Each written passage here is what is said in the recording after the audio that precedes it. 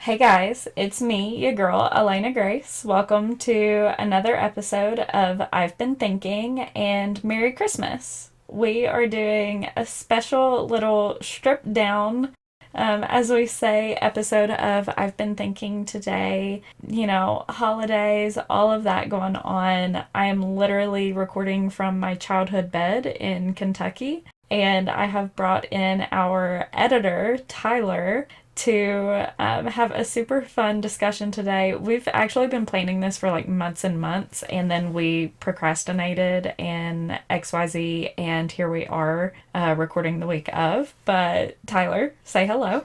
It's hi. It's funny because we've been talking about this since like April, Yeah, we've been maybe talking about June at the latest, we've been talking and about this it for a did minute. it did really come down to the wire. Yeah, That's fun. It's the nature of Little Women is sort of everybody coming together to make good happen, it right? is. It is. And if I didn't say that already, because honestly, I don't remember if Oh, I I did, spoiled it. Oh no. you ruined Well, they're it. gonna read the title. It's It's gonna be the true. title. Okay. It's true. We're talking about Little Women today, not the TLC show that is objectifying diminutive sized women, Oh, but oh, oh. is instead focusing on Greta Gerwig's movie and Louisa May Alcott's novel that was Yes. based on the movie. And like sort of a court of sorts, because some characters are going to be on trial in a very real way. Yeah, I we have have my some strong copy. Well, I have my opinions. wife's copy. It's my wife's like favorite book, right? I Shout out really to kind of, Ashley. yeah, I'm stealing her thunder in a real way here. But I have my copy here, her copy. My palm is ready. I've got footnotes ready to go, receipts even if you if you will. Receipts. Yeah, Tyler has some big opinions. So let's go. So what I think we should just say right now, Mm. what brought us to this discussion, and that is your absolute hatred of Lori. No, that's not fair. I do love Lori. You just he's he's frustrating, He right? is I frustrating. posted like I don't know. Was it a fan cam? Did I post a fan cam? Yeah, I Am think I so. cringe? Oh no. It was kind of a jest, but I was like, kind of giving him a hard time, right? In the story, and you had replied, and you were like, I've got to know how you feel about young Lawrence, and I was just like, okay, and I recorded like. Because you'd shown me the magic of these voice messages. I never thought to use those really Oh, we because I always love go over the cap. Instagram. Oh my Yeah, that's gosh. like We the love least instant voice professional way to messages. communicate on But Earth, though. but it's how 99% of my podcast business is We're done is hustling. insta voice messages. Hustling under Zuckerberg's flag. So I sent like six in a row. I don't know. I was heated. I was thinking about it. And because I came to the film, really late in life.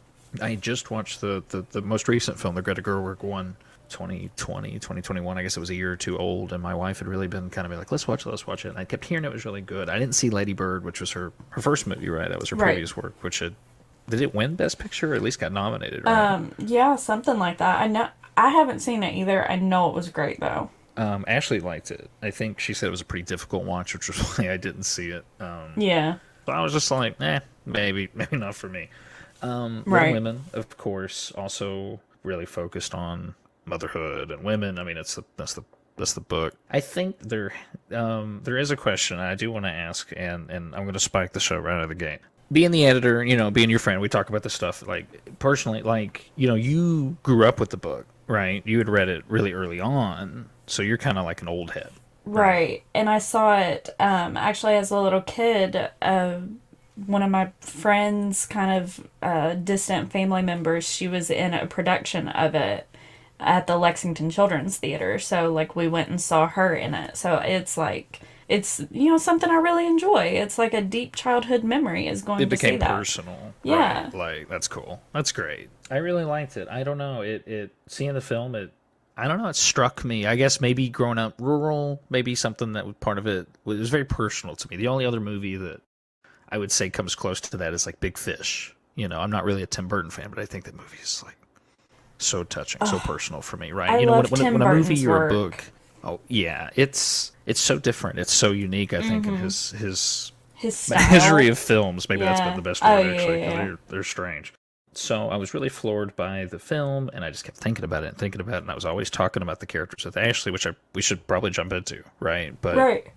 um, I love it. I can't talk about it enough, and I would not say I'm the target demographic, being like a grown man. I guess that's what I was getting at a bit ago there. Like, I don't know. It's a story of like familial love and hope, and through pretty immense tragedy. I mean, they really deal with some tough stuff in here. Oh, for sure. I mean, and that's, the reason that I wanted us to have this conversation is because basically I am the demographic and you aren't. And I thought that your takes on it were really interesting, first of all. And I love hearing from someone who's outside of like the chosen demographic on a subject. I always think that that can be interesting, Yeah. but also you aren't the chosen demographic, like, or the typical demographic, I guess, but you also had some really amazing insights, I think, into some of the characters, being that you're like male, I guess. So you had these insights into Lori and some of the Oh other yeah. characters that I thought were really cool. Yeah. I mean, Laurie's he's let's give everybody some background. I feel like we're diving in. So Little Women was a book written in Oh, wait, I'll look it up right now. LOL. the two halves. Of course, the book itself's in two halves. The first half was published in 1968, and then the next half was published in 1869. So it was tremendously topical because the story of the book, it takes place during and shortly after the Civil War, about a New England, very Yankee family. They are abolitionists. The father, Pa March, is a pastor. He's a preacher. He's a strict abolitionist, and he's went to war to do the walk. He's always kind Yeah. of making these foolhardy decisions, but that are always like from a really pure place. And From he's the always doing purest. good. Oh Yeah. And that's something that Aunt March brings up, Paul March's sister, where she says, your father, he is poor because he wanted to teach freedmen's children, and whether it's right or not isn't it's not that it's not right, it's that it's not the financially smart decision, basically, is what she says. And she makes a big point of that to the girls a few times. Because she's a shit. Like, Aunt March, I love Yeah. her in, like, for, I guess, who she is, but she's a shit. And that's kind of how they feel, too. She's Pa's eldest sister. I think so. She's widowed. She's very, very wealthy, but she's a very difficult woman, and she's very old-timey. And, you think old-timey for 1863 is like, oh, geez, people from the Revolutionary War were still kicking around. Right. If you'll excuse my crudeness, I mean, it was really the case. So, Right. and, when I say wealthy, trips back and forth to Europe. So the family themselves, Paul March was very wealthy, coming from that upper crust, and he married for love with Ma March, also known as Marmee. Marmee. We love Marmee, the queen, The rock. queen. Oh my gosh. And what's interesting, and I wanted to say this, is in the book, Aunt March is married, and like has been married, and she's the one that takes Amy to that she and her husband take Amy to Europe with them. But in the movie, they make a point of Aunt March never having been married. And she see. comments on that multiple times, and how she keeps her money because she never marries a man. You would think in the 6 months that I had to watch the film, of course I didn't. I have seen the film. I've obviously seen the film. I haven't seen it in like 8 months. That's why we were talking about it, because I had watched it fairly recently. But the book, I've been reading the book sort of off and on for a bit now. I wanted to take my time with it. I'm a pretty fast reader, so I have a bad habit of taking fiction and just churning through it, because fiction's not often a difficult read unless you're reading like really old stuff or something that has a lot of like rotating characters. So, this is a pretty, I wouldn't say a small cast, but there are a lot of focused lives, right? Right. But I wanted to take my time, and I wanted to get to know everybody. And as well, the original publishing, before it was published as a full novel, and this is, I know my wife has filled me on all these details. She was like, you got to get this right on the podcast. You have to represent us, I'm sure I'll slip up, but she's helped me a lot. It was kind of published like as a weekly or a monthly sort of chapter by chapter thing. It was published in a magazine or a newspaper of some kind, which, of course, the second eldest character, and I would say is effectively our protagonist, Joe Yeah, March. almost an anti-hero though, Sure. because Oh, yes, absolutely. QT Swift, she like is the most annoying. Like, I actually kind of hate Joe. And No. no, I Oh, do. I do. okay. And you would think I would love her because Sure. she's like super independent and she's like all of these incredible things. Counterculture. I mean, Right. she's tough. You would think I would absolutely love her, but I cannot stand how much she drives away everybody who wants to be close to her. Like, she just drives people away and she picks favorites. She picks the people who she will let in, but it's not always the people who. Not even that it's not the people who deserve it, but it's just like she picks and chooses kind of random people. Sure. You I know, think, so like she lets yeah. Marmee in, she lets Meg in, and she lets her sister Beth be like her favorite, but she's so fucking mean to Amy. It makes me so upset. All right. Well, I do agree. She's tough on Amy. I think that we are a little biased We because we are, both but love Amy. Amy's our favorite. we Amy's the love baby. Or we want to just jump to that? We're jumping all around the family tree here. we're jumping everywhere. I mean, It's Amy, stripped down. This is Christmas, and we're sitting. Everybody's sitting around the tree. I hope you have your tea, your hot yeah, cocoa, what we're have just you, vibing. coffee. Tyler has his tea. I have my Topo Chico hard seltzer. Like, I had two cranberry margaritas I gotta go look before at I this came thing. I here. have no idea what that is. Topo Chico. Oh, they're good. This one is Topo Chico strawberry hard seltzer. guava. Let's check it out. Oh, yeah. I've seen these. I'm not Yeah, but no, I'm they're familiar good. with it. They're Okay. good. Yeah, but we also love Queen Flo, Miss Flo. We love I had to her. promise before the show. I was like, we have to just focus on the character. If I start talking about Florence, it's over. It's done. I mean, I just have to The say whole it. thing's gonna take. We love Florence, and that's okay. She's tremendous. She She's definitely steals the show in the movie, tremendous. and I mean a stacked cast. So Oh my gosh, a stack. You've got Meryl Streep. Meryl Streep You've is got Aunt March. Emma Joe is Watson. played by Saoirse Ronan. Saoirse. Oh man, I was way off. Oh, that's awful. I'm not gonna cry. I could edit myself. Correct. I'm not. I'm gonna choose to let y'all hear it bad.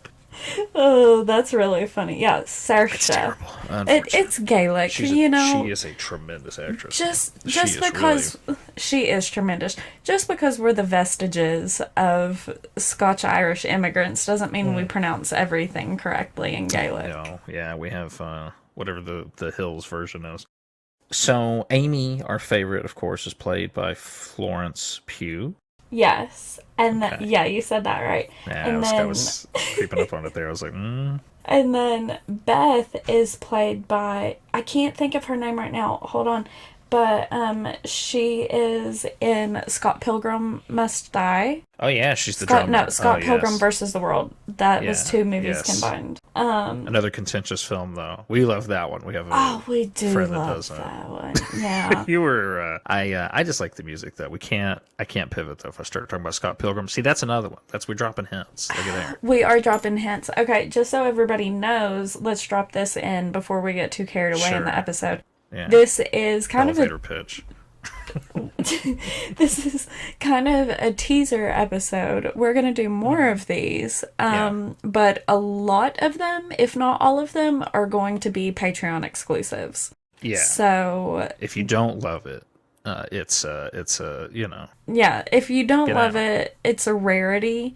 And if you do love it, subscribe to the Patreon and help us keep on rolling in this little train. This little thinking Beth March's train. actress is Eliza Scanlon. Yes, our little redheaded drummer in Scott Pilgrim and our little redheaded angel in Little Women. She's great. I think so. She's Beth so good. March is the third youngest. There's four sisters. We Yes. haven't got to all of them. She's the third youngest. She is like the literal definition of quiet as a mouse, She is. shy and reserved. And And very she like, shy. That's yeah, normal. that's the word for her. And she's always trying to make peace, like when her sisters fight, that kind of thing.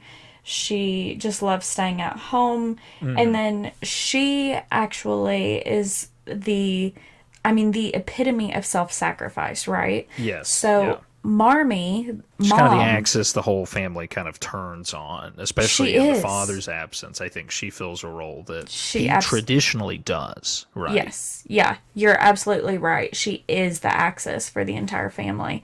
And so in father's absence, he actually gets wounded in the Civil War. Mm-hmm. He's in Washington being like healing, right? Mm-hmm. Marmee goes down to be a nurse, to volunteer and to be with him and spend time with him. And in Marmee's absence, Beth takes up caring for a local family who has nothing. And when she's visiting with them one day, she catches scarlet fever. And this is not out of character for that family. It wasn't just something that Beth Right. upheld. It was, their parents had. I mean, that was basically what had happened to their wealth, is that they had given away all their money to friends and neighbors, and anyone that really needed it, they gave it to them. There was very little understanding. I think maybe there was mention of some bad investment, but that wasn't really the focal point. At least, because a lot of that you only hear from Aunt March. You don't really hear why he Right. had lost his wealth from the family, because it's not important to them. Exactly. But so Beth just acting on her nature, of course, comes in the way of this, tragedy. Is tremendous. It's terrible. It's Yeah, oof. absolutely. And she's, not the youngest, but honestly, in the movie, you almost get the idea that she's the youngest just because of how everybody dotes on her. Amy just takes up the room. I think she acts She larger than life, she so Beth gets does. sort of pushed down the social order a bit because Right. of that. Right. No, you're absolutely right. But Beth just, she is everything her parents want her to be, I think. She is kind and loving and a peacemaker and not necessarily a people pleaser, but she is a musician and and so then that's how she strikes up a relationship with the next door neighbor, wealthy Mr. Lawrence. And she's not the one originally who strikes up the kind of friendship that goes back to Amy, I think. It's Joe and Lori, I believe, because they meet at a party that Joe and Meg both attend really early Oh, on. yeah, you're right about that. And then it's a little bit later that Amy hurts herself and she gets in trouble at school, gets her hand beat with a ruler, and she goes to Lori's house looking for, comfort and validation and that kind of thing. She goes crying to the door and she says, "Please let me in. I got beat." And, honestly, like, this can tell you whatever you want about me, but I relate so much to Amy. Amy's so good. Yeah. She's so good. And listen, don't get me wrong, I see parts of myself in all of the sisters, and I think that's why it's such a classic. And I think that's why it holds so true and so near and dear to so many people's hearts, including mine. But I just love Amy. I love her. I see bits of myself in Meg where she's like, Yeah. I want to struggle and like do all of these things just because I'm with you, because I'm in love with you, right? Yeah. Well, nobody know. It's- We oh my gotta tell who gosh. Meg is. They don't know Oh who my Meg gosh, is. you're right, you're right, you're right. So Meg is the oldest sister. Yes, Margaret. Sweet And Margaret. yes, She's the and oldest. she is beautiful. She's Emma Watson in the Yeah. movie. And when mom is gone, she's, kind of in charge of everything. And She serves as sort of a mentor and confidant to Amy, whereas Joe and Beth are kind of partnered up. They all love each other, but in the yes. book, at least, they sort of comment that Meg can be a bit. I'm not going to use the word cold, but just a little less patient with Beth and her sort of There's probably a kinder word, but neuroses. I mean, that's effectively what, I mean, she doesn't Right. want to leave the house, and beautiful, wonderful child, but she obviously, there's things that she's uncomfortable with, and Meg gets frustrated with that in a way that Joe doesn't. Joe will give her a lot of walking room, whereas Amy and Joe fight, and there's several big fights throughout the book and the film Big fights. between the two of them. In the film, they literally, physically fight, Yeah. as well as having, just terrible catty things that they do to each other that, only sisters could really do and hurt each other that badly. But it's not really the focal point of the film, though. It's all like... It's not, but in a way it is, because growth. it all comes... Well, yeah, but it all comes back together at the end. Like, all of that fighting and all of that, it is on your mind at the end when Amy comes home from Paris with a husband. Yeah. So, Meg is the eldest. She is the first married as well, which is this big sort of turning point in the girl's life that happens a little later on. But that's the first half of the book is their childhood, and the second half is, early adulthood, right? Right. As women, little women, yeah. Right. And then, we've not talked much about who Jo is as a character either. Sure, yeah. And she's the second oldest. She's willful and she's boy-like, she's they call her once, Dad's so glad to have a son like you, or something like that, things like that. And she's a writer. And she locks herself up in the attic, and she writes manuscripts, and she writes plays that the family... She has a big hat. Yeah, while she writes. And the family puts on plays for the neighborhood, and for the less fortunate children and things like that. But for themselves and as well. For themselves, yeah, they love absolutely. To just be. I mean, that's the familial bond they have. And that's just part of their... You can only dream about it. Yeah, right, it's incredible. That's part of their family. The inner family conflict that we talked about is so minute compared to the links that they go to for each other in the book. Especially for the time frame, because they talk about money. Obviously they're not particularly wealthy at this point. The father had given away all his money, so... I think Meg is the only one that was old enough when they were little children to remember the wealth, so she sort of has this constant... I was going to go back to Amy and why she's my favorite, but they all kind of have, human desires and sins. Like they stumble. They always talk about the pilgrim's path in the book. They're always trying to follow their father's pilgrim's path. They make this pact with Marmee really early on to try to be good pilgrims and try to reach the goal. Which for their father being this preacher, that's like goodness and wholeness and entryway to heaven. But also just they wanted to be good while their dad was away. Right? It's also this coming of age sort of oath you make with your parent. But they all struggle with problems. Like Meg has a lot of envy in her. It seems like she's always kind of wanting what others want, and she can be a little prideful as well. You've got Jo, who is super prideful, but also really quick to temper. Right? I mean, she's very. I'm like talking like the book. I've been reading it too much.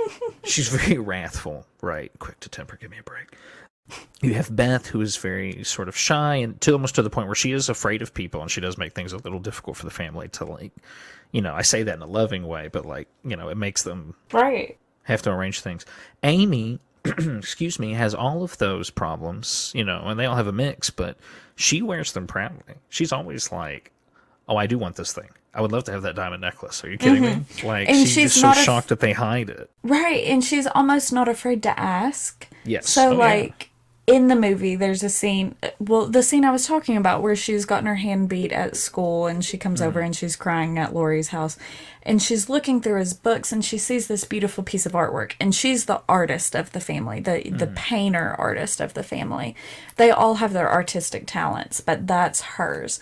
And she's looking through this art book and she picks it up and she looks at Laurie and she says, "Tell the servants I'll have this one delivered." And obviously she's being a goober, but it's so funny because she just she falls into that immediately because that's what she knows she wants. She knows she wants a grand house. She wants the ability to have what she wants. But she grows into those wants and with purpose. She does.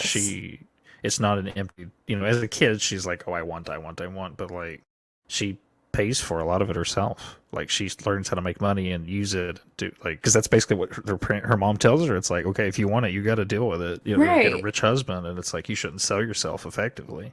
And furthermore, in the movie, Aunt March tells her, if you want anything nice in your life, you have to marry rich. You have to like figure out how to find it. You have to either marry rich or get it. And you're a woman, so you got limited choices. And then Aunt March then goes on to say, your oldest sister Meg has married for love. Joe is hopeless. She says, you're the one who's gonna have to marry to take care of the family. So keep that in mind. And can you imagine the pressure that puts on a 15-year-old kid? No, I think Amy was 13. Yeah, she's like 12 or 13, actually. Yeah, you're right. Can you imagine? Terrible. Very different times, to be Well, fair, I but mean, yeah. still very not good. It's No. not great. Sorry, I interrupted you. No. I mean, listen, let's just talk about Amy. We're here for Amy. Let's talk about Amy, and then we can get into Lori. I know it's coming. Okay. Well, that's what I was about to segue into, actually. So Amy, she is who she is, and she owns it, though, like you said. Yes, Whereas the other girls, absolutely. they try to kind of push it down, hide it, like be the proper ladies in that sense. But Amy does own it. But then we have Lori, the boy next Lori door. Lawrence, with the boy band name, of course. Teddy Lawrence, isn't it? Theodore, yeah. Theodore, yeah, Theodore. But he goes by Lawrence. Lori. Yes, That's he goes by Lori. And he is, again, the boy next door. His wealthy grandfather owns the big house next door Mr. to Lawrence. the March's cottage. And, the family eventually does strike up strike up a relationship with Mr. Lawrence too, of course. And at the end of the movie, God, I sobbed for a straight hour today finishing the movie. But there's so much in the film. There's so much sadness. There's so much happiness. I'm just like, to the listeners, I'm warning you. Like, no, it's it is really so good. much. It's so It's good. not like. I just want to say something. I hate Pride and Prejudice. I really do not like really? Jane Austen. I've tried. Maybe it's worth trying again. Tea. But like Jane Austen, really, my wife doesn't like it either. I'm just going to air her grievances also. It's awful. It's just boring. I think Wuthering Heights is sort of in that same category. So in my mind, I just assumed Little Women was kind of going to be like that. Right. I do like classics. There's some classics I think are phenomenal. But that era to me, I don't know. It feels not up my alley, I guess. Misogynist. That's maybe the best way to put it. Sure. I don't know. I might not be. No, I'm kidding. No. Oh, I am. Yeah, probably. But No. Little Women, it was such a ride. You should really, if nothing else, watch that most recent film. For sure. It's so good. Oh, it's so good. It's so real. And that's something that is really hit on in the movie. And I know it is in the book, but I love how it was, or at least I think it was in the book, but I love how it was done in the movie, right? So, again, we've said that Joe is a writer, and in the wake of some hard stuff she's going through, I don't know if I'll say it or not, what it is that happens. Do we just want to, do we want to spoil it? Spoiler alert. I know we said we didn't want to edit anything in. Maybe at the very beginning we'll just be like, Spoiler alert. this contains spoilers for Little Women 2019 and Little Women 1868. Oh my We're going to gosh. talk about it. Let's just talk about it. Let's just Okay, let's fine. so Beth They can get out dies. of it. Yes, Beth passes away from yes, the scarlet fever scarlet later in fever. life. Yeah. She survives her initial bout, and it's really She rough. does. She does. And she lives for a while, but she's sickly for many years. And Yeah. then ultimately it comes back and she dies. The big thing is like, well, she was coming out of her shell. She was Yes. starting to like stop being shy, come out of the house and do things. Then she gets sick. So Right. that kind of cuts her at the vine in a way that, what kind of woman she would have became, she's sort of stuck in that, I'm not going to say rut, because she loved her life. She was a very happy woman. She was. Her girl, I guess. But, her vices were like too many kittens. Right. Doing too much housework. And I mean, I'm not over-exaggerating, but she genuinely was, oh man, it's rough to talk about Beth. It's really sad. It really, really is. And so Beth's death, of course, is one of the, I mean, it is the climax in a lot of ways Yeah, of the movie and the definitely book. one of the lowest parts. Yeah. Right. And it's funny that we say climax, but it's also like the lowest part. But it is like a point upon which everything changes and Well, we everything said she was the change. axis, Yeah, right? I mean, it exactly. continues on even through that Even in event, her right? death, yeah. And so Joe is writing, and Joe is writing this manuscript to be submitted. And I really loved that in the movie, and I can't remember if it's done similarly to this in the book or not. But It's in, very hinted at, yeah. okay, I haven't finished again. Haven't finished the book, so please send me all your hate mail directly to me.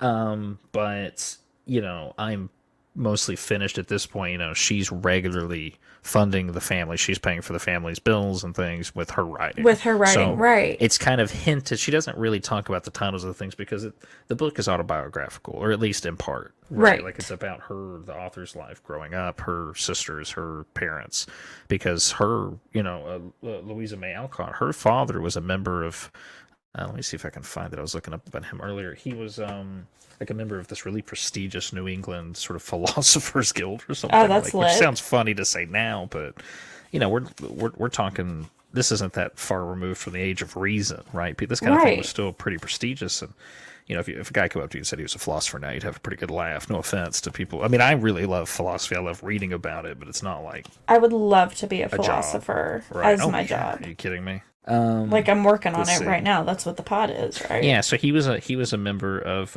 New England Transcendentalists, which were like, really into the influence of nature and intuition on human experience. Very kind of, I wouldn't say mystical, but he was really at the edge of what was considered like traditional Christianity, right? Right. So, especially being an abolitionist, which in the North at that time was not probably all that.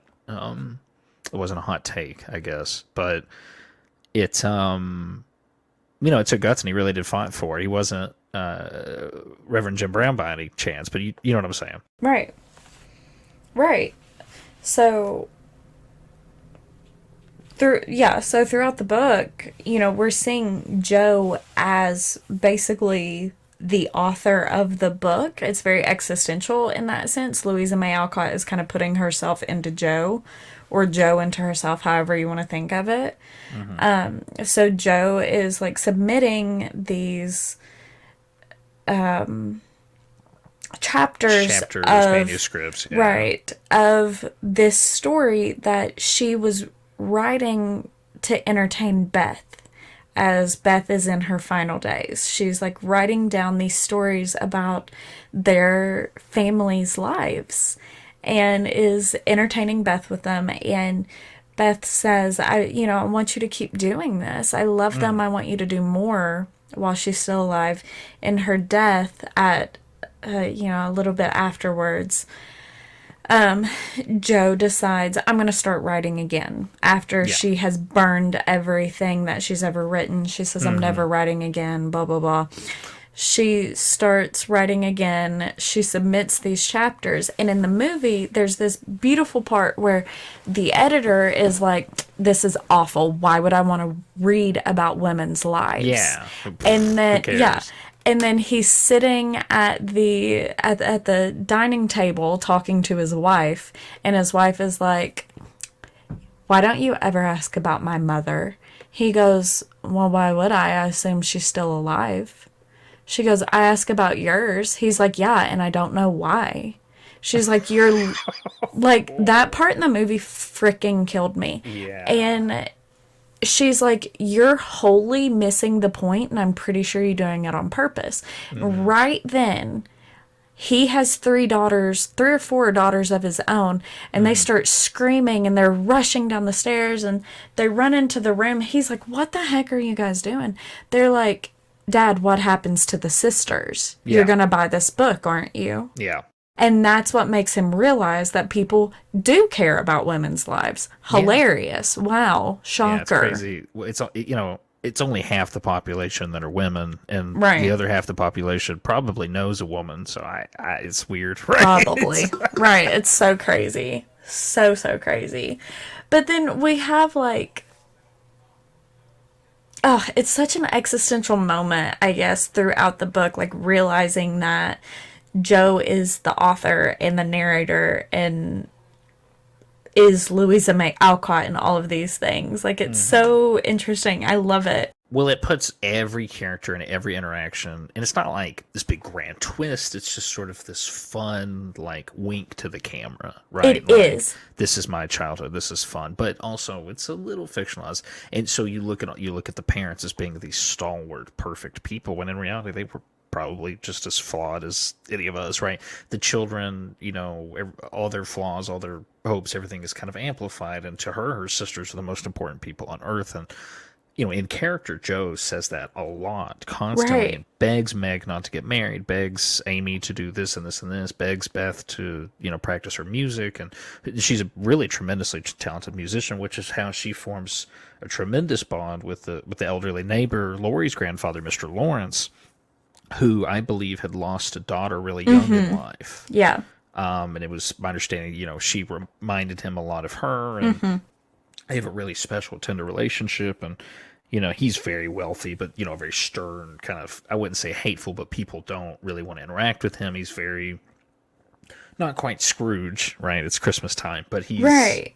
He seems No nonsense. standoffish, I think. But it's not that he is standoffish, but he has that air about him. Intimidating. Very Right. intimidating. Yeah. And so I think that's interesting too that you say that it gives that perspective when you realize that Joe is the author and the narrator and all of these things, and you have Flawed narrator almost. Not, to the point like of a thriller, but it's... right. But like gives everything a sheen.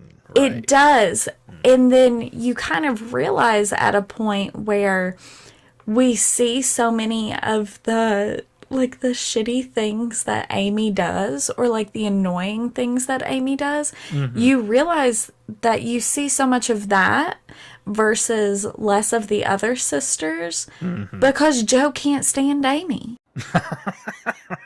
And personal. it is Beef. personal. And at the end of the movie, there's a scene where they're talking, Joe, Meg, and Amy, and they're having a walk through Aunt March's house after she's passed.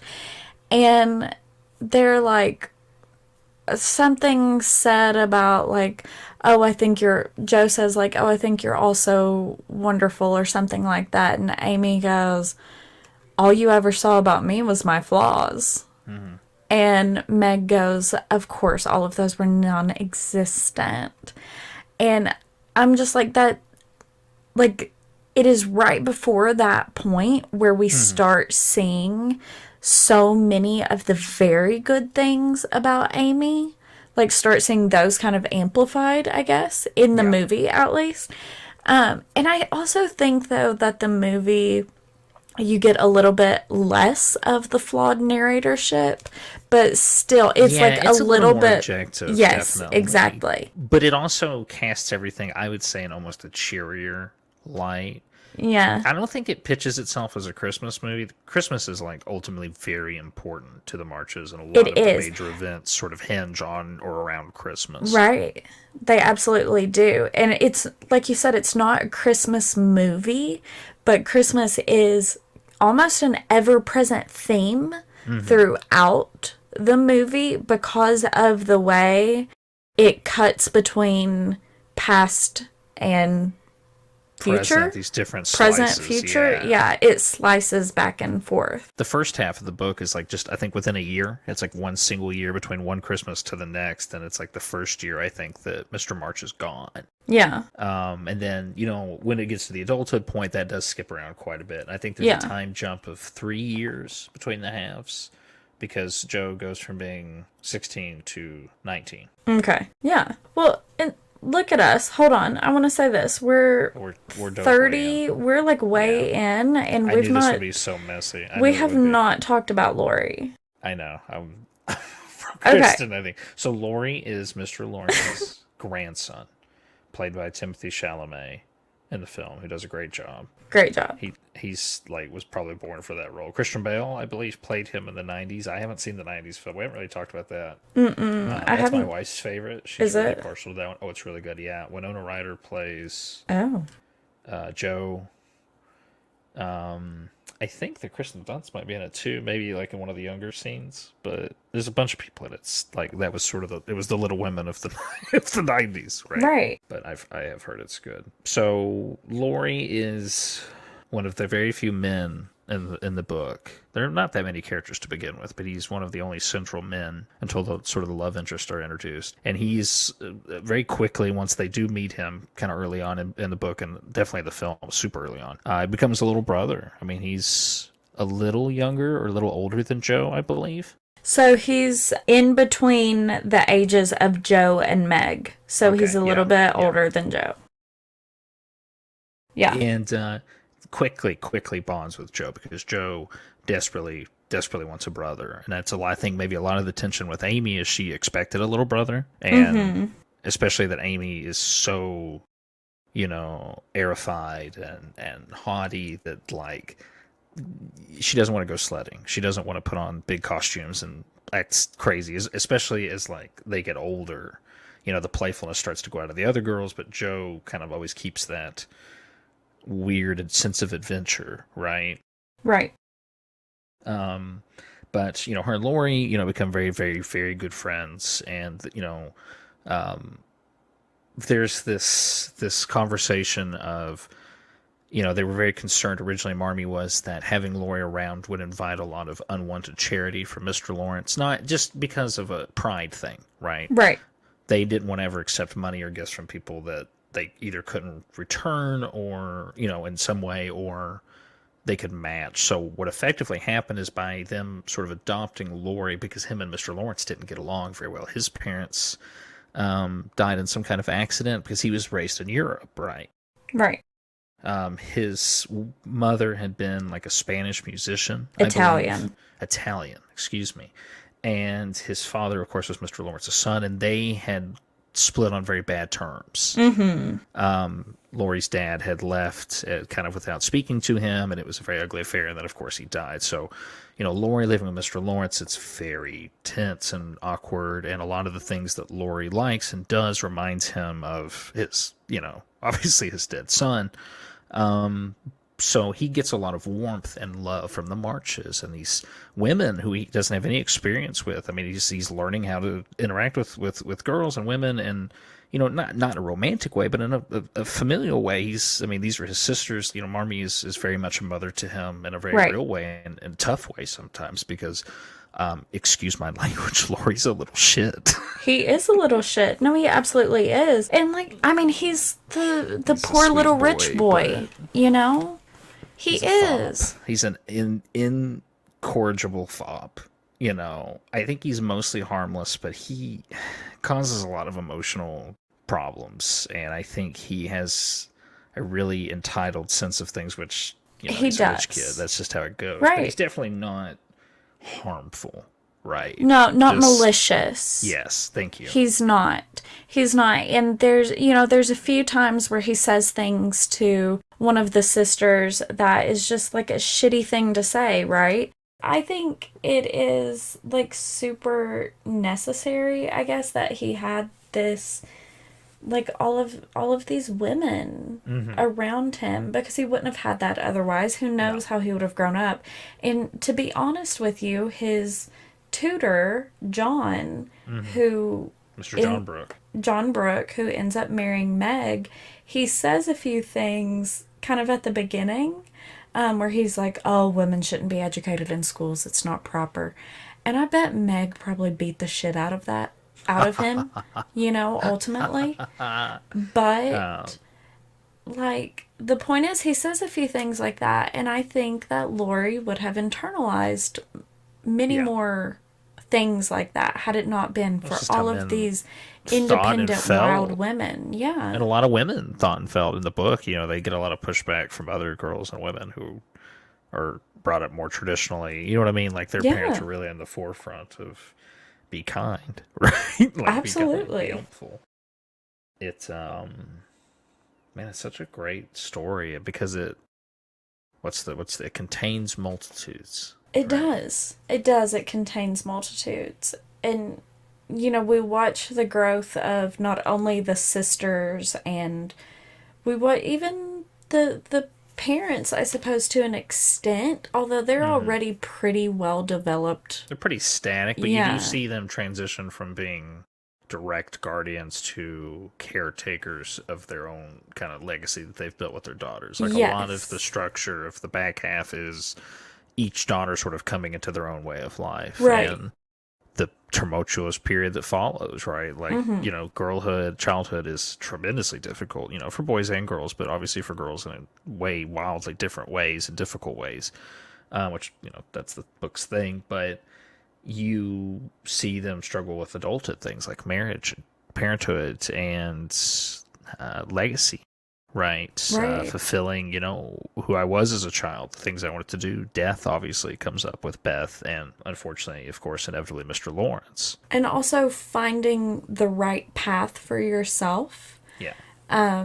So, we have Joe who is wild and wonderful and independent and all of Hmm. these things, and she doesn't want any change ever because Yeah. she's so happy with how perfect her life is. And like we said, she tries to convince Meg to run away and not get Yes. married because Consistently. Yeah. yeah, because she doesn't want things to change. She doesn't want to lose a sister. And that's another dynamic too, is when they're girls, they're thicker than thieves, but as adults, Joe and Meg, they do drift apart tremendously, Mm-hmm. which is what opens up a lot of the conversations for Amy and Joe, I think. Mm-hmm. Yeah. Which is even funnier because, Meg lives down the street, when she gets married and she starts to have children, at like the keen age of like, what is she like, meant to be 22? Like, Probably. she's like, oh. Terrifying. You've got Amy who lives in France for a good portion of the second half, right? And their adult years with Aunt March, and ultimately she bumps into an adult Laurie of the world, right? He's been traveling and college educated, but he's messy. Messy. Messy's good. That's a good way to put that. And at that point, he has proposed to and been turned down by Joe. Yeah. And it's like, I don't blame him for going and getting messy. If you've had your heart broken into a million pieces by this person you thought was like your best friend and the perfect Mm-hmm. person for you, go get messy in Well, Paris. all I right. get it. This is it. This is the crux of the podcast. We're about to have this big Let's Laurie do it. breakdown. He and Joe are fast friends. They are inseparable. They have a couple of little spats, but for the most part, like, they really understand and counterbalance one another, even though they get into some pretty serious scrapes together. Um, he doesn't really express any sort of romantic interest, or at least from Joe's perspective, which we talked about the whole story being kind of colored by, a firsthand account. Laurie doesn't really make any sort of romantic anything. There's nothing like that up until Meg's marriage. I mean, we're talking years. He's already been to college at this point. Then him and Joe start to. Maybe it's a bit different in the movie. I might be misremembering, but in the book, at least, this is the case. Like, I don't know. It's like it puts the idea in his head. And it's not to say that it wasn't real for him, but I think he feels attached to Joe and wants to marry Joe because he thinks that's what he's meant to do, right? That's what's Right. expected. And there is like, so in the movie, having watched it so freshly, there Yeah. were multiple times I noticed that, Lori was looking kind of longingly or Oh, sure. lovingly at Joe and, just looking at her across the way you want to be looked at. Well, yeah. Yeah, especially by Timothy. But that that teenage longing, like, I think that's something that gets played a lot, either for a laugh or let's be clear, we're both melodramatic people, so Oh, maybe for we sure. do honor this maybe more than some. But that teenage pining and longing, and even in an adult sense, like it's an important life experience. Oh, it It's real. absolutely is. And I It's think so to real. mock it makes it tougher to experience almost, right? You're It, like, yeah, I it would is never dumb. Of mock course it. it's dumb. But, like, it happens. It happens It to all of happens, us. yeah. And Well, and I was also gonna say there's also during Lori's proposal and they Hmm. start fighting, he and Joe start fighting with each other. He literally says, "It's what your parents expect. It's what my grandfather Yes. expects. It's what everyone expects. So why don't we do it?" And it's this beautiful mirror of you get a lot of the girl's perspective of what is expected of me, what do I want to do, yada yada yada. You don't really get that about Lori. Joe hints at how she thinks Lori's feeling, and sometimes they ask about him, but for the most part, Lori's inner dialogue is totally hidden from us, Right. especially in the book. But in the movie, obviously you can't hear Timothy's thoughts, which of course we all want to, right? Oh, yeah. Um, so for him to just have this outburst and his proposal, let's get real. I don't know. Maybe I'm not romantic enough. It sucks. He drags her out in the middle of a field, which they love. It's like one of their favorite special spots. And he's just like, hey, LOL, what if we got married? No, you're right. It's It like not sucks. ideal, but to be fair, how did you propose? Me, personally, Yes. oh man, that's kind of a loaded story. So I mean, Okay, so I made a big romantic gesture of it. It was near our sort of dating anniversary, and we had a big dinner, and it was a ring, a family ring that I had been given, and it was really special. so you're saying you're better than Lori. Oh, without a doubt. Just like a lot of women can relate to the girls, I think it's very easy to relate to Lori as a former young man, right? As a former Right. bully, whatever you want to say. It's a lot of that tracks. I don't have his experience. I definitely was never a orphaned, wealthy child. I was never Bruce Wayne, but it's kind of the dynamic they have, him and Mr. Lawrence, right? I don't know. Pursuing an Alfred. Yeah, yeah, right. uh, you see his mistakes and his missteps and his, I'm going to use the word sins. I don't know. I'm dramatic, but God, you feel it.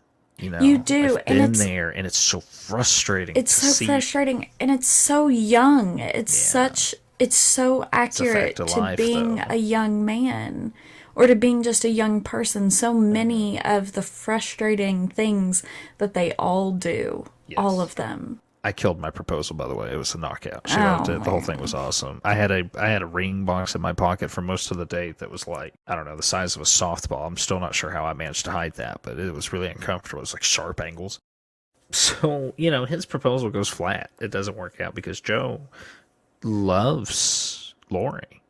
Loves Lori, and there's a big part of her that obviously wants to say yes. They talk about that. It's kind of addressed that it's just it would be her settling. And I think, the movie really focuses more on Joe than the book does. The book is definitely Hmm. still centered around Joe, but it's more her story in the movie, and she just doesn't want to be married.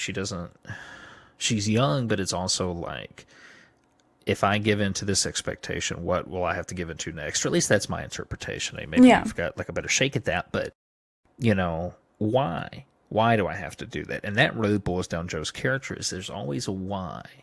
She's impertinent and petulant almost, but like for cause. We all know people like that. We definitely knew kids like that. My wife was absolutely that child, right? Like Lori is again wanting to uphold this expectation that his grandfather has of him, as Joe's family has of him, because again they're all very, very, very close, practically family, which adds another Right. layer of Joe maybe being like, this is kind of my brother, right? Which Right. is kind of the case, even though ironically Lori does marry another member of the family. We're gonna keep teasing at it. We'll save that. But so it blows up on him, and he just kind of cuts loose. And we don't see him again until Amy's been in France for what, like a year at least, maybe Yeah, more. she's been there for a while and she's already engaged to another man who is A actually. friend of his. Yeah, exactly. Yeah. So she bumps into Lori, which in the film it's pretty early on because they do this sort of interspliced future past kind of Pulp Fiction sort of. It's not quite as confusing, but it goes back and forth and gives you this kind of broader perspective of the girl's life, and it's so sweet. She like, Amy's riding in the carriage with Aunt March, and they're talking about. I don't even think she's paying attention. I think Aunt March is just talking like really old people gossip, and she catches like Lori's like the side of his head, and she like flings herself out of the carriage, which is Yeah, like not she's wearing ladylike. 200 pounds worth of dress, so it's definitely Yeah. not ladylike. It's dangerous, but it's like a huge scene. She's so excited to see Lori. These girls loved Lori, and he's kind of been MIA for a while. right? He's been traveling Right. Europe and living not great. Is sort of the understatement, right? Right. I mean, that's sort of she really rears into him a little bit later in the same kind of setting, but Laurie had been kind of fallen off the path that they had all agreed on, right? He was never like a pilgrim with them, but they sort of expected goodness from him, and obviously he Yeah. was not carrying with that. I mean, he was literally sinning. Like Yeah. in like not even from a Southern Baptist perspective. Like this man Sure. was out gallivanting, Right in the not making rails the in right choices. Western Europe, which Yes. whatever. But given the opportunity, in that day and age, maybe I would have too. A Yeah. young gentleman on the town. Him and Amy strike up a courtship, but it is not like sweet. It's not. It's very sudden, and I think it's very fitting of both of them that it is sort of an outburst, right? Because you see Meg's romance blossom from very early on. Because Meg, like I said, is the first to marry off. She kind of very sweetly accidentally dates Mr. John Brooke, who was Laurie's tutor as a boy, and then inevitably escorted Marmee to DC when she had to become the nurse. And, that was kind of like, that was when the plan was made. I mean, they knew, I think Meg was of marrying age, I guess, was sort of the implication. But, like, Right. he asked them while he was there to marry her, which, like, I don't know, dog. It's definitely a different time kind of thing. Like, I think about my son. I'm just like, he was 16, 17. There's no way I would even let anyone come near me with marriage, right? But it's a different time, whatever. And so he, like, serves in the army after that to, like, make a little money, and he ends up getting injured and discharged, and he works and he works and works, and him and Meg, like, have this plan. So they do have this very little homey backyard wedding with just, like, their closest family, which is, I think, a total of, like, 8 guests, right? In the movie, it's Was it more. bigger? Yeah, Yeah. in the movie, it's bigger, and Aunt March sponsors it.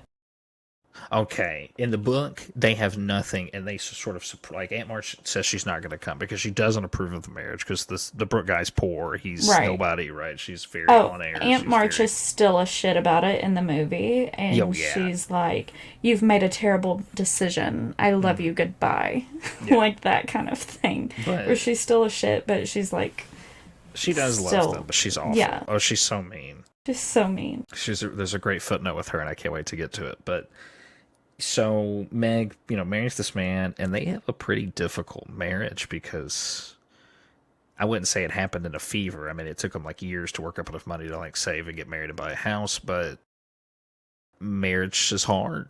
I'll tell you from experience, marriage is very hard. But Meg and they call her Mrs. Brooke from that point onward. It's kind of a jab at her, but they both find out that marriage is really tough, and she has that envy, and one of her best friends is very, very wealthy and married to another wealthy friend of theirs. So there's this big plot point of her spending $50 on, like, what is it, 20 feet of silk to make a dress. 20 yards, yeah. And half of that money was like the household money that was for the bills, but the other half was like money that she was expecting to receive as a gift from Aunt March. Like, she hadn't even received it. It was just sort of a poor financial decision, but also the husband had been meaning to buy like a winter coat because winter was coming and he didn't have one. So it was this really selfish purchase, and you see her like grappling with it pretty early on in the flick. It's kind of the introduction to her, which, in the book, it happens way, way, way later on. But I think it sets her character really well because she is a vision of her mother, right? She is Marmee in a lot of ways and carries that household control. And she, the book and the film are both about life fulfillment, the pilgrim's path. I'm going to keep coming back to that because it's kind of powerful, right? The It girl's is really set to powerful. that, Yeah, and it absolutely works. is. What is your goal in life? How do you obtain it? And then, for these women, how do you obtain it in an era where you can do very little or you're being restricted, no matter how beautiful and talented, and I say beautiful, I mean of spirit, right? Like how powerful you are. Even beautiful of outward appearance. Sure. Yeah, that can definitely Because affect that gives you power. Of course. Or affects you negatively. Some people are going to keep you out of some things because of your appearance. You see all these great actors that would probably, would love to be character actors, but they get sort of shoved into leading roles Brendan Fraser, I know he's a lot of people's tongues right now. That's a great character actor that also happened to be one of the most handsome men to ever live. You know what I mean? It Yeah. sticks you in a box. So Meg wanted to be a wife and a mother. That was her goal. She wanted to achieve that, and she does it, and it's very difficult, but ultimately she excels at it, and she succeeds. And Joe really resents that when they're adults. She thinks that Meg is wasting her life, but for Meg, that is her life. That's all she ever wanted. Exactly. Exactly. And I'd love to get to your footnote about Aunt March, because I think she's a super interesting character, and I love how she's portrayed differently in the book versus the movie. I think it's interesting that she is married and or a widow, in the book, and then in the movie she's single and always has been. I think that's Yeah. super interesting. It's well, Greta Gerwig. I mean, I think we should probably. I think we touched on it earlier. We should probably take a second. She is on a hot streak, because Yeah, we she talked is. about her first movie, Lady Bird, was at least nominated, or maybe won a couple of Oscars. Really talented. Little Women obviously was brought to big acclaim. Let's see. She's got her next movie is the Barbie movie, which Yes. like everyone is super excited about. If you had asked me 5 years ago if I was excited about a Barbie movie, I would say no. I don't. I'm not against it. It's not for me, right? It's not my thing. I'm going to be first in line. I think a lot of everybody is, men and women, because like she has it. Greta Gerwig has this. She's a rock star. She's such a good director and such a good sort of adapter, right? She's done original stuff. Now she's doing sort of this classic. It's almost one of those unfilmable movies or books, right? Like they've done it a few times. They've done a really good job, but it's huge. It's a 800-page book that has all of these very detailed and real characters. They're real people. You feel it. And of course, she's married to Noah Baumbach, who I don't like. I'll just be real. His movies are very personal. Similarly, though, they have a very similar style, and you can tell that they probably synergize a lot. They talk a lot about their work, and that's good. I mean, it's going back to talking about marriage. Like you see Meg and you see John, her husband, sort of grow, and he is he's just a tough, weird man. He's not bad, but you see him warm up to the March's ways, and you see him come around to like. You do, yeah. So Meg is sort of the traditionalist pillar of the family, right? She goes on and does this very traditional, normal thing for women to do at the time. You've got Joe, who is the immense rebel, right? Right. Beth, who, untimely, of course, passes away, but prior to that is the heart of the family. She's this third pillar of hearth and home and love, and Amy is, you said that they all have artistic talent. They definitely do. Meg is tremendous. I wouldn't say any like exciting artistry, but she's really good at, there's like a lot of times she messes up meals and things. Like she's like a terrible cook, but she's really determined.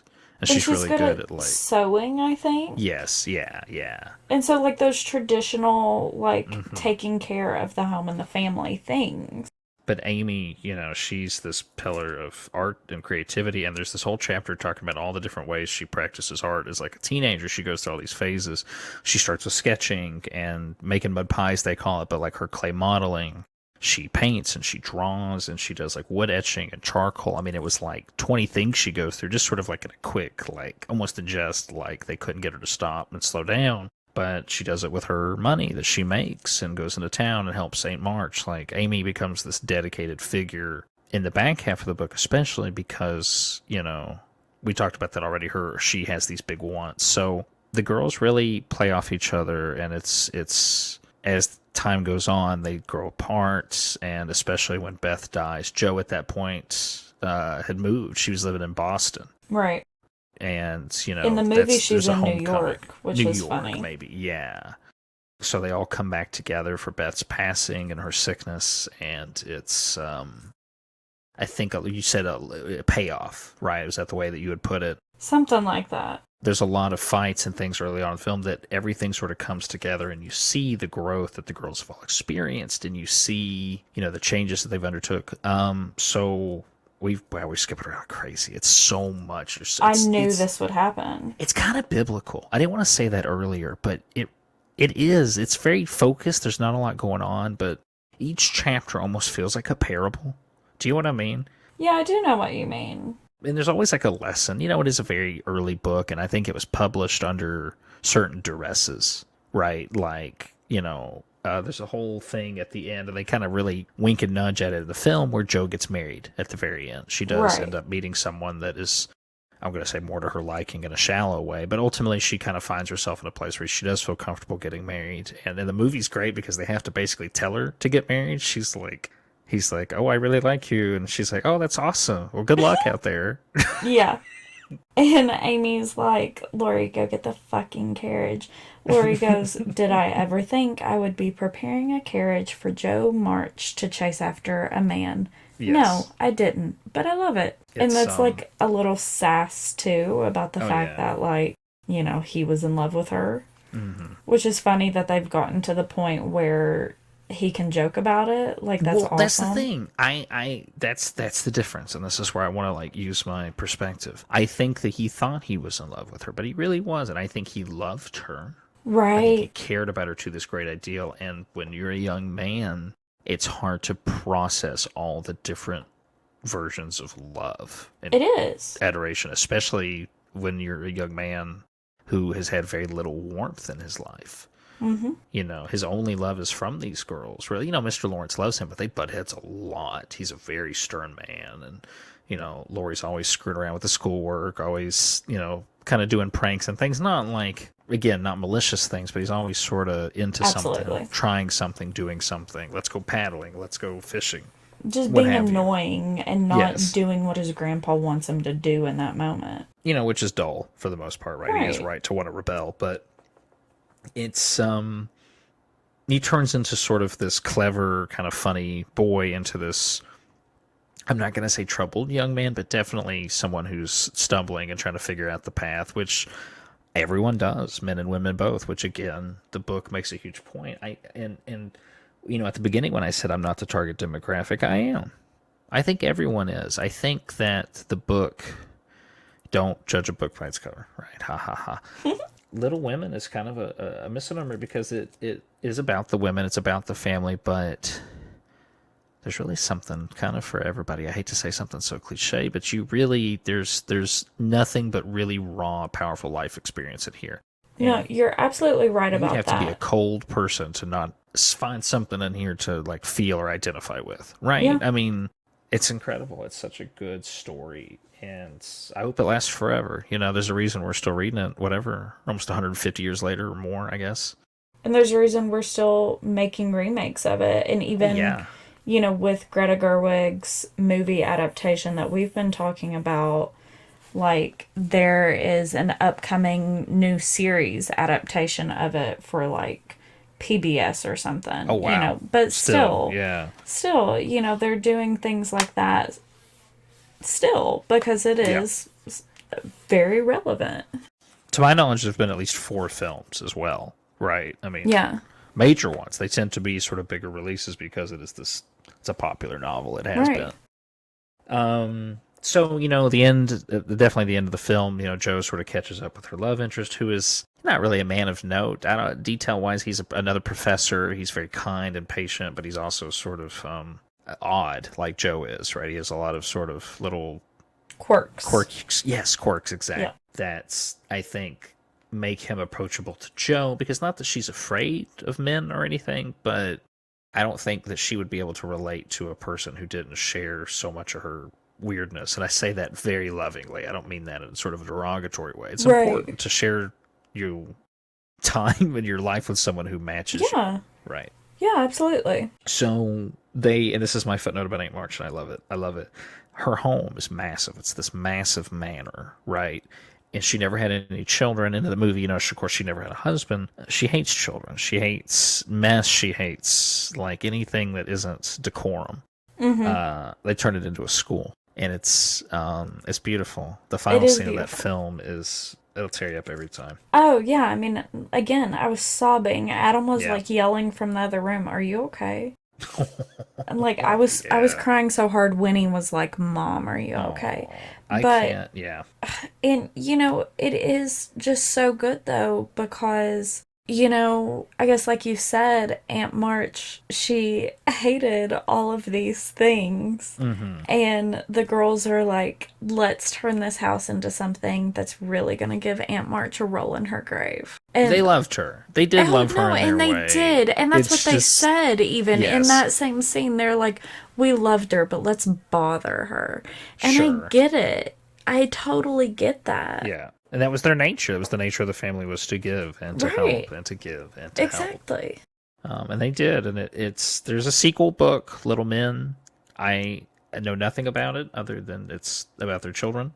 Right. I'm looking forward to wrapping up this one, of course, and moving on to that one. Ashley says it's great. Of course, there's not a movie. I don't know if Greta Gerwig would make a sequel. That doesn't seem like her speed, but I don't think there's anyone who wouldn't go see it because, man, that movie rocks. I will Oh, say, it's we so didn't good. mention Mr. March is played by Bob Odenkirk, who, if you're not familiar with, he is just like an all-time, not you, but the listeners, of course, an all-time comedian, right? He's so funny. But he's taken this dramatic turn on like the back half of his career. So he's done Saul Goodman, Better Call Saul, right? But my favorite thing, and the thing that initially drew me to the film, was I saw someone take the scene where he arrives home from war at Christmas. Yeah.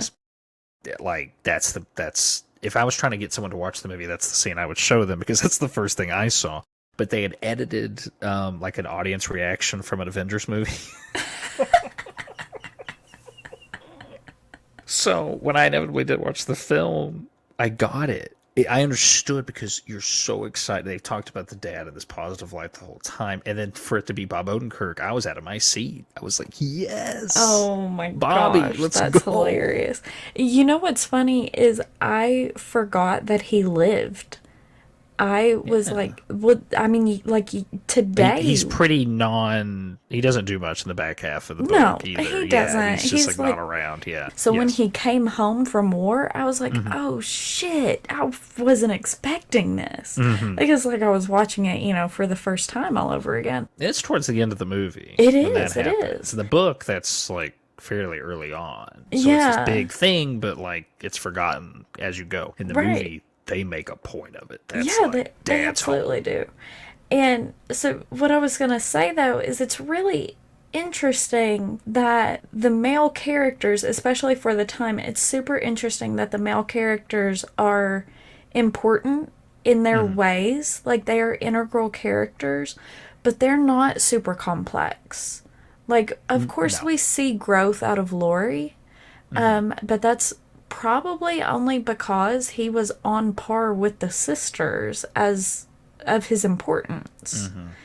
Hmm. And for everybody else, they're important. They do really, really essential things to the story, Yeah. but they just kind of exist at the They're in the same time. background. Yeah. Yeah. And they're not complex characters. They're not, anything crazy. They're Which I just assume there. isn't a criticism, right? I mean, No, no, they it's not a serve criticism. Yeah, like they story serve. marks, but Yeah, the focus is definitely on the women, the hmm, family, right? absolutely. That's so good. So good. So let me ask you, and maybe we should probably make peace with ending this Probably, yeah. beautiful, messy Christmas special. Amy and Lori, they figure it out. Amy really gives him the business, like, dude, you suck. You got to clean your life up. Like, what are you doing? Hmm.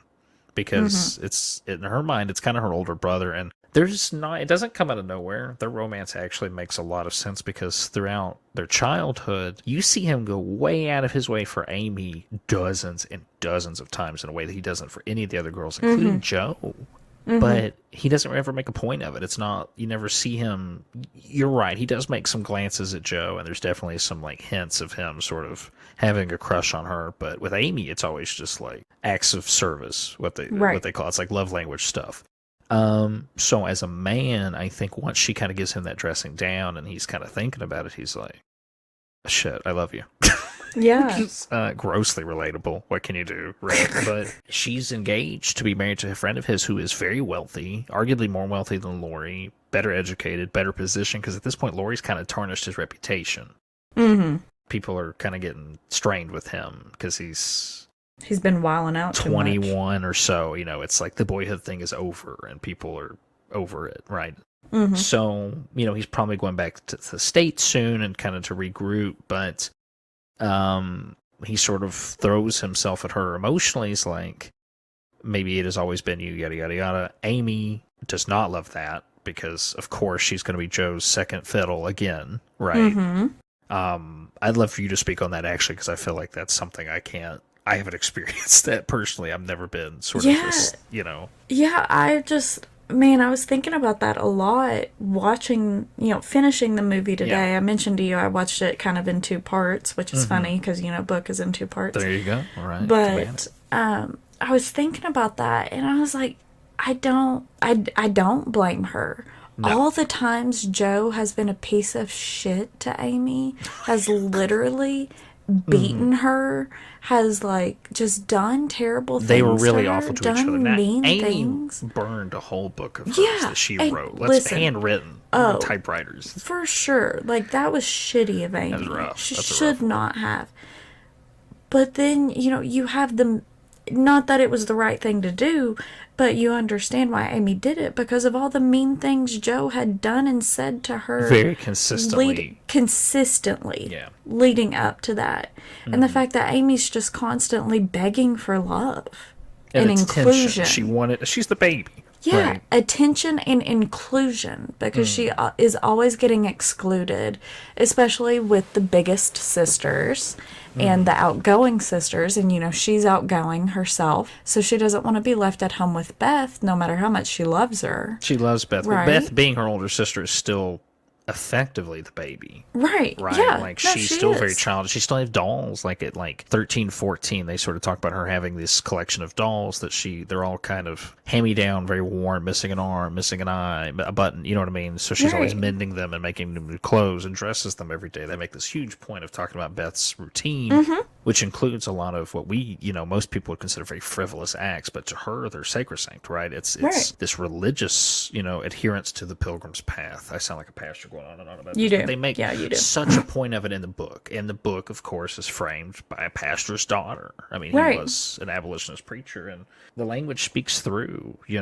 But I think as a work of fiction, it is a tremendous representation of faith because they name check God and the Bible quite a bit because, again, that's their faith. But I think it serves as this tremendous example of how to practice faith without attacking or being overly critical of others. They definitely have judgments of other people and other families, but they're very rarely, if ever, unfounded, right? People are being a little of the world or being rude or money hungry, and it's some of it's of the time, but most of it's just they called it. They were right. And a lot of the early chapters of the book and in the movie is Marmee sort of teaching the girls those life lessons the hard way, letting them kind of figure it out, right?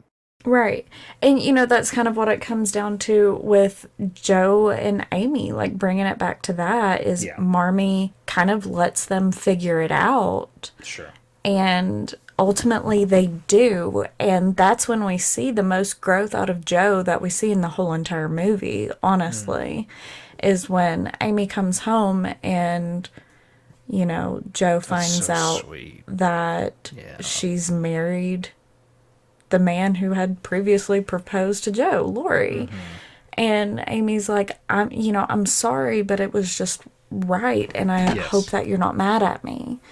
And, you can tell how heartbroken Joe is because she was going to change her mind. Yeah, she had written a letter that day or that week to Lori, and she had go and get it and destroy it or whatever. But again, her mind was changing because she had this fear of being alone. Exactly. And that's what it was, and that's what she told Marmee it was. She says, I'm just so lonely.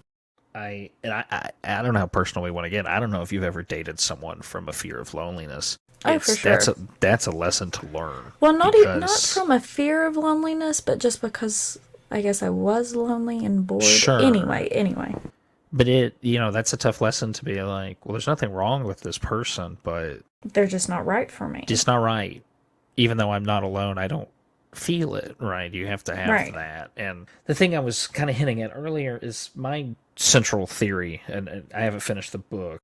Joe's marriage doesn't make a lot of sense, and that character gets little to no time. He's a little more relevant in the movie, but I don't think he is in the book very much. And Ashley sort of explained to me, because the time it was published, and it was a story about women and a woman author, that women either had to die or get married at the end of the story. That was kind of the rules. So, which they do sort of, again, nudge at in the movie, right? They do. It's like, They do. haha, hee hee, did this happen? I don't, I know that Louisa May Alcott died fairly young, right? It was kind of tragic, my understanding. Maybe. I don't know if she... I don't know the details on that. That's another episode. Well, I guess I want to ask you this. Maybe I don't want it's your show. I don't want to say when it's over, but maybe we should like find a path to the end. Little Women is not a Christmas story, but it is filled with the spirit of Christmas. No, it literally is. And I sent out. I'll say that. You know what? Okay, I think we're done. I think we're done for the night.